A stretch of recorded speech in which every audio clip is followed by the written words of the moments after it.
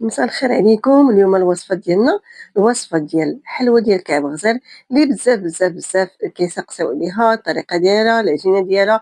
غنتقاسم معكم العجينة باش خدمتها، واكيد الحلوى كعب غزال من الحلويات اللي دائما حاضرة عندنا في الطابلة ديال العيد، في المناسبات، في الضيافة. فنبداو على بركة الله. أول حاجة 250 غرام ديال الدقيق الممتاز الخاص بالحلويات، 50 غرام ديال الزبدة ممتازة، قبيصة الملح، نص معلقة كبيرة السكر كلاصي.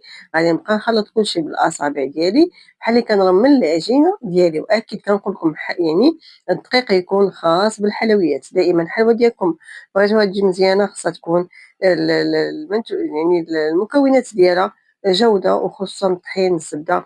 المهم غادي نكمل هكذا، كندخل ديك الزبده ديالي في العجين حتى يصرم لي مزيان. وديك الساعه غادي نضيف مزهر اللي هو نص كاس ديال المزهر، نص كاس ديال المزهر. بالنسبة ل250 غرام ديال الطحين كتكفى لنص كيلو ديال اللوز. كنتو غادي تعملو كيلو ديال اللوز غادي تعملو 500 غرام د الطحين، وأكيد غتذوبلو كلشي. هنا كنبقى نجمع كيف ما كيبان لكم العجين ديالي، وغادي يبقى لي يعني غادي يبقى خاصني شويش. غادي نضيف نقيطات ديال الماء، نقيطات ديال الماء على العجين ديالنا، فقط نقيطات. يعني كنبقاو نزيدو نقطة بنقطة كما كيبان لكم في الفيديو، لأنه خصني العجينة تبقى قاصحة. العجينة ديال كعب الغزال خصها تكون قاصحة، وكنعطيوها الدليك باش كتنجح. دابا كاين اجتهادات بزاف، كاين إضافة ديال البيضات، يعني بزاف ديال الحوايج تزادو. كيبقى اختيارات، كل وحدة كتخدم بالطريقة اللي عجباتها.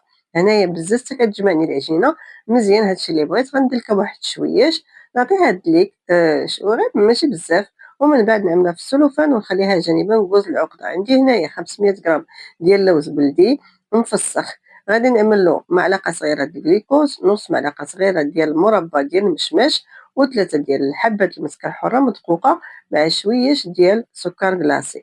الجليكوز والمربى كيبقى اختياري، هادو كيعاونو كيعطيو واحد التعليكة مزيونة، ما كيجيش المذاق ديالو مباين في العقدة أبدا. ممكن تعملو غير الجليكوز، ممكن كيعطيونا عقدة مزيونة رطيبة معلكة أكتر. هنايا غادي نضيف معلقة د المزهر ومعلقة وربع ديال الزبدة ممتازة مذوبة، يعني زبدة حيوانية.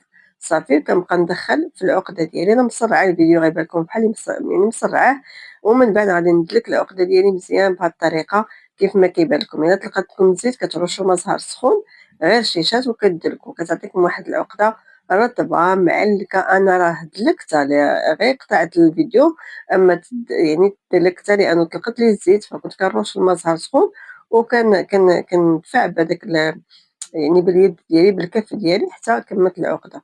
هنايا كعب الغزال ديالي من بعد ما عملتو عبرت كل هذا كرة 16 غرام. 16 غرام كتعجبني كعب الغزال تكون فيها 16 غرام، كتجي متوسطة. صافي من بعد ملت في العجين اللي خرجته في الماكينة قبل من الرقيق. يعني كاينه رقيقة وكاين قبل منا، لأنه حنا كنقشوه في الشمال ضروري خصنا يكون كعب غزال منقوش. فباش تخرج النقشة خصها تكون العجينة شويش ماشي رقيقة بزاف.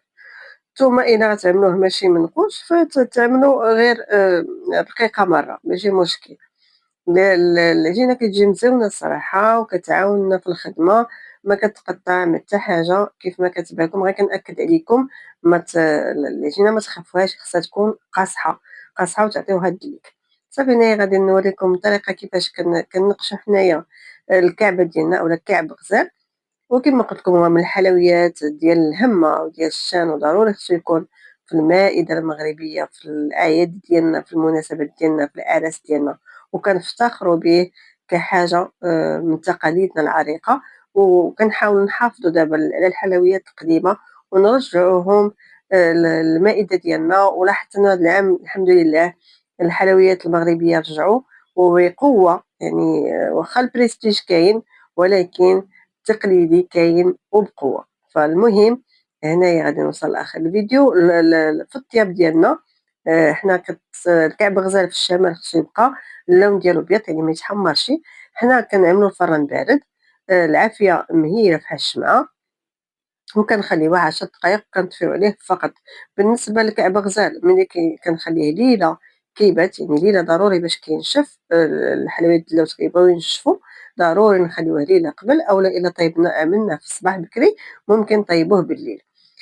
كندهنو بالزبدة اللي ذوبتها كتكون باردة، كندهن كعب غزال ديالي بالزبدة وكنتقبو بواحد الفنيتة لي كنسخنها في البوطة باش كنعقمها، كنتقبو من الجناب من تحت ضروري باش مكيتنفخش، باش كنتأكدو أنه ميتنفخش، مي هو الحمد لله زعما ملي كيبات كيرتاح. صافي ملي كندخلوه يطيب كنخرجوه، كندهنو بواحد الخليط اللي هو معلقة د العسل كبيرة، معلقة د الناباج، معلقة د الجليكوز، شوية د الماء كنعملو فوق النار، نخليوه يغلي، من بعد كندهنو به كاع غزال ديالنا وكنردوه للفران اللي سخناه وطفيناه غير في اللعبة ديالو بصحة و راحة.